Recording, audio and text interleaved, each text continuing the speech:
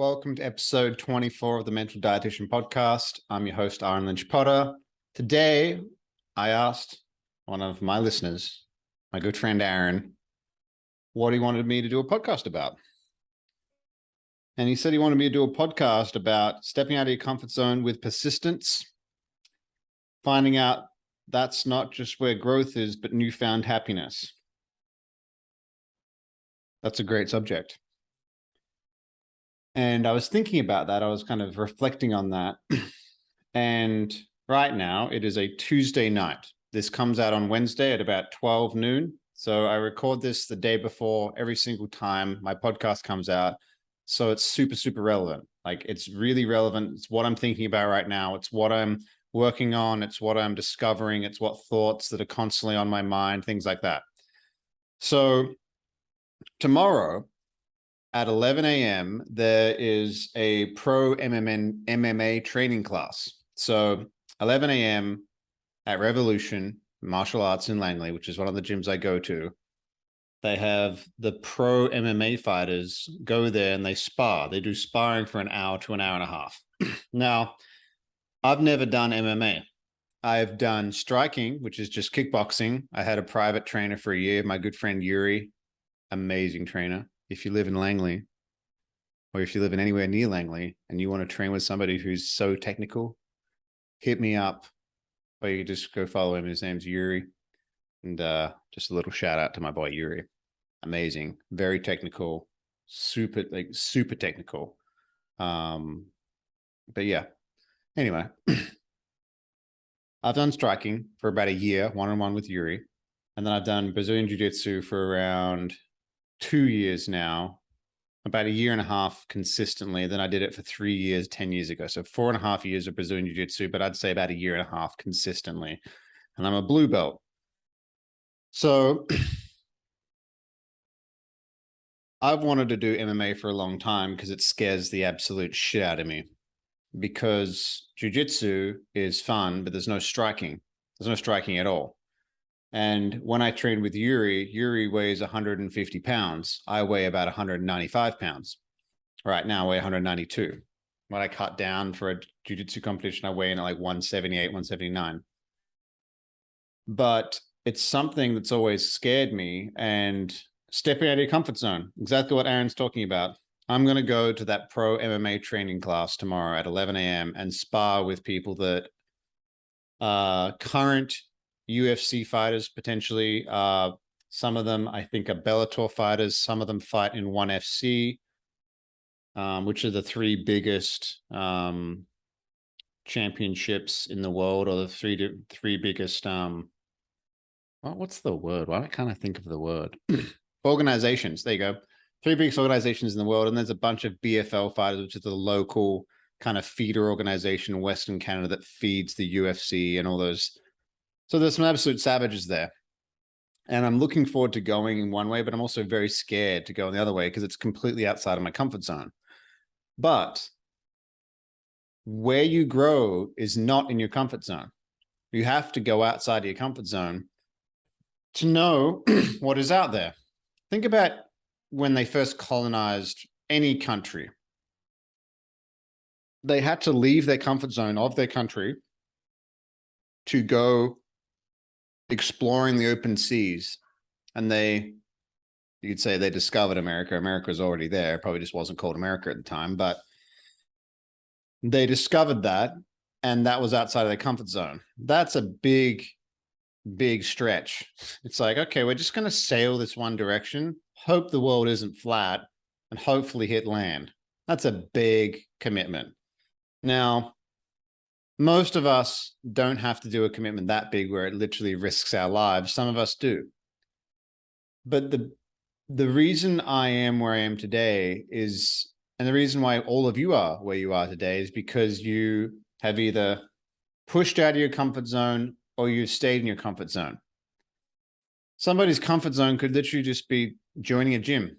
They're so insecure and they're so down and they so think that they're not enough that they don't want to join a gym. They think they're fat. They think they're skinny, or who knows what it is. Somebody's growth zone could be that. Somebody else's growth zone could be entering a fitness competition, or going to do a CrossFit competition, or going to do some kind of martial arts competition, or whether it's a fight or a Brazilian Jiu-Jitsu tournament where you have matches against people. There's different things that stretch your comfort zone. But stretching your comfort zone is literally where you grow. It's your growth zone. It's how you become a better person. And it's also how you build confidence. I remember when I first moved to North America, people back in Australia are like, man, how did you do it? Well, the how is very easy. The how you do it is you book the plane ticket, you get on the plane, you may watch a couple of movies, you get off the plane, you find a house, you find a job, and you start your new life. Why is that so hard to say? You start your new life. Okay. How now, brown cow? All right. Some of you guys know that quote from Anchorman. But yeah, like, how did you do it? Got on the plane, got off the plane, started my new life. But that's not what they're really asking. They're asking, how did you deal with the emotions of it? And I found that most of us catastrophize. It's one of my favorite sayings recently, and I used to do it a lot. Catastrophizing is you are fantasizing about the catastrophe that could happen, or like the worst of it. Like, it's just, well, what if I join this gym and I'm overweight or I'm skinny? Everybody laughs at me. I've never seen an entire gym laugh at one person, by the way. Gyms are actually really welcoming environments. Do you know what inspires me more than anything is seeing the really skinny kid or seeing the really overweight person just going hard. That shit inspires me way more than the person who's already shredded. I'm like, yeah, good for them. Cool. But if somebody is overweight or somebody is skinny and they're doing their very best to change themselves or get healthy or whatever it is, that shit is motivating, really fucking motivating. So what's my point? My point is that whether it's this giant leap or whether or not it's a very small step, most of it, what stops us is our emotions, is the stories we tell ourselves about what is going to happen when we leave our comfort zone. The stories that we tell ourselves are based on usually the past. So how do we reframe these stories we tell ourselves? It starts right now. You literally have to start getting out of your comfort zone. And the next time you get out of your comfort zone after that, you're like, well, last time you did it, Bob, Jill, Samantha, the last time you did that, you did it. It could be something small, like people, I know people with crippling anxiety. I've heard of people like this that can't leave the house. Step one could literally just be opening the door and going outside, then going back inside. It really ties back into your identity, and it ties back into habits, which I've talked about before. If you haven't read Atomic Habits by James Clear, go read it. Again, I'm going to tell you to go read it a million times. It's an amazing book. It'll change your life if you apply the things that are in the book. If you don't apply the things in the book, just as you don't apply anything, you're wasting your time. If I'm 400 pounds and my friend is 400 pounds, but he's got an exercise physiology degree or a human kinetics degree, then he wasted his time because he knows and is not doing, which is equivalent and the same thing as me not knowing, because we both are 400 pounds. Do you understand? So go read that book and apply the things from that book. And the very first thing that he talks about is, and it ties into what Ahren told me to talk about, which is your growth zone and where you find your happiness. Your happiness comes from, and your joy comes from, keeping the promises that you promise to yourself. Keeping the promises that you make to yourself. If you say anything, it could be something so stupidly small. You're like, you know what? I'm going to get up tomorrow at 6 a.m. And no matter how tired you are, you get up at 6 a.m. and you get up, and the next day you tell yourself, I'm going to get up at 6 a.m. And your brain's like, well, you did do it one day in a row, but See if you can do it too. Do that 10 days in a row. I'm going to get up at 6 a.m. tomorrow. Your brain's like, damn fucking straight you are. Of course you are. Then you can start relying on yourself. Because what is pushing out of your comfort zone? Some people, it's something tiny. Other people, it's like, I'm going to go start another business. I already built a $1 billion business. I'm going to go start another $1 billion business. And those people usually do it. It's because they already know that they can do it because they've done it before. And how do they get to that point? By keeping the promises they made to themselves. It starts off really, really small. If you're really struggling and having a hard time trusting yourself, I used to have a hard time. I used to have a hard time. I would say something and the inner voice would be like, no, you're not. Hey man, you're gonna come to training on Saturday morning? Yeah, bro, I'll be there. No, you won't. My inner brain. And then you make an excuse, then you don't go, and then it destroys your self-confidence because you're not keeping the promises not only you made to yourself, but the promises you made to other people. It erodes your self-image, your self-respect disappears, your growth zone shrinks. And then once again, you prove to yourself why you can't get outside of your comfort zone. Or you could do the complete opposite. Hey man, you're going to come to training on Saturday? Yeah, man, I'll be there. You feel like shit. You might have drank the night before. Might have had a friend's birthday, whatever. Might have got lit with the boys. Whatever tickles your pickle, whatever you do. But you show up to training and you feel like shit, but you did it. And then you're like, oh, that was outside of my comfort zone. I'm going to apply that to other things in my life. You can then ask that girl out you've been wanting to ask out, or that guy, or apply for that job, or have the courage to leave that relationship, or start that family, or whatever it may be. Whatever it may be, it starts with the tiny little things, and it starts with the promises that you make to yourself. And it's not just about growth, it's just where your happiness comes from.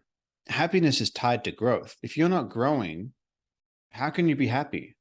If you're just staying the same and doing the same shit every single day, how can you be happy? Happiness and growth are kind of symbiotically tied. Here's what I'm not saying though. Sometimes it'd be like, oh, well, I've always got to make more money every single year. You could apply it to that. Oh, well, I only made 200 grand this year, but last year I made 300 grand. Yeah, but you might have spent more time with your kids. Or you might have traveled more. Therefore, you didn't make as much money. So I'm not necessarily saying growing and happiness are tied in like a linear fashion, especially when it comes to maybe finances. Like, oh, well, I'm happy because I'm making more money this year. You gotta be careful what you tie your happiness to. When I say growth, I'm talking about inner growth, proving things to yourself. And it can be financial. It can be like, you know what? I made $60,000 this year. I want to make 75 this year. If you do that to yourself, do you know what you've proven? You've proven that you are, number one, you're worth more than $60,000. You're worth 75,000. You're actually priceless, but in that perspective, you've proved to yourself that, you know what?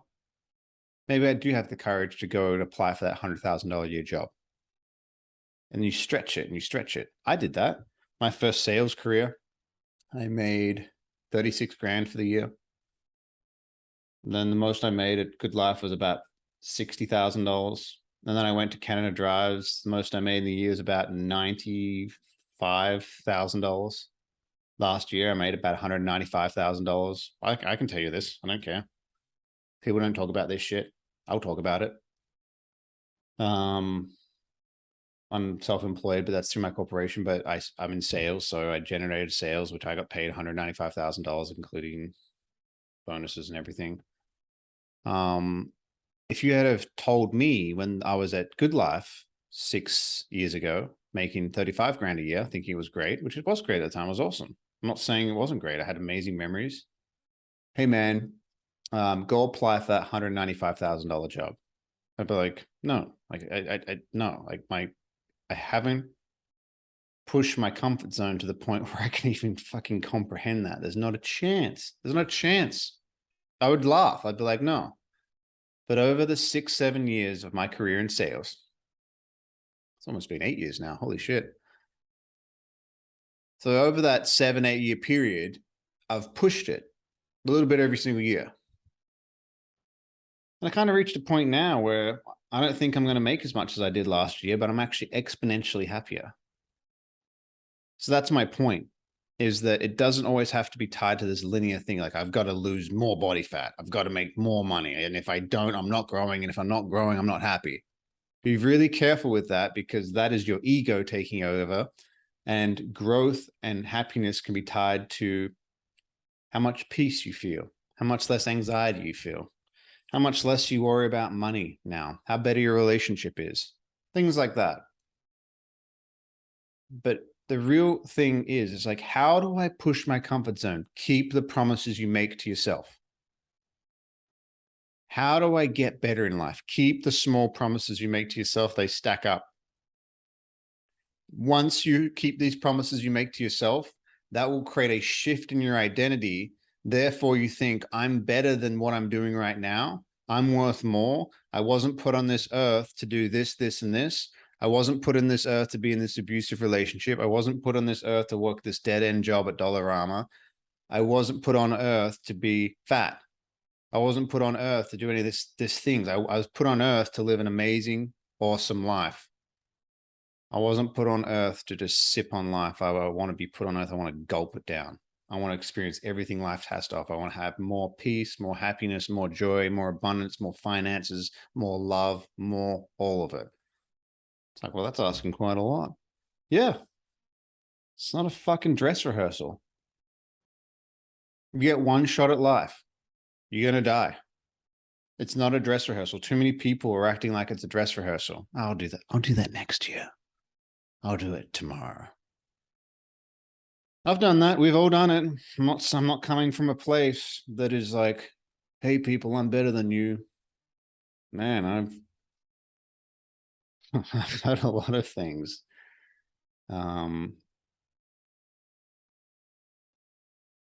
But the reason why life is so awesome is because we die. I actually wrote a poem about it. I posted it on my Instagram. I want to share it with you. Life is beautiful because it is so fleeting, like your favorite song, a sunset, the glow of a baby, the spring cherry blossoms, summertime, youth. Everything that lives dies. That's why life is so beautiful. It's not a dress rehearsal, people. If you're not happy with an area of your life, whether or not it's your health or something like that, you might have been trying for a very, very long time. That's okay. Every time you failed, the problem is you've reinforced the identity that you're a fucking quitter. It's now time to start creating a new identity that you are not a quitter. And how do you do that? By keeping the promises you make to yourself every single day.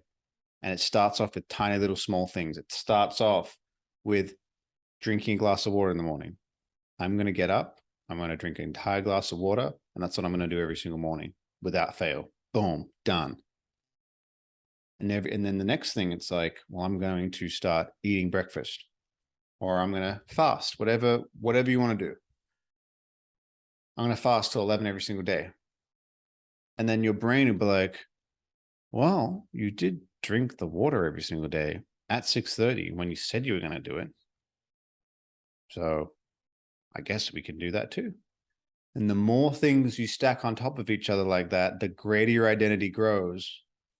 And then you're like, I want to apply for this job because I may not know how to do it, but I know who I am and I know I can learn anything. I have that mindset. I can literally learn anything. I can learn anything bar something physical that my body doesn't allow me to. What I mean by that is I can learn anything, but I'll never play in the NBA because physically I'm 5'10". I can't play in the NBA. I'm almost 30 years old. It's not going to happen. And that's fine. I can learn anything as long as it doesn't take anything that is physically out of like impossible. But I might be putting my limits on myself there.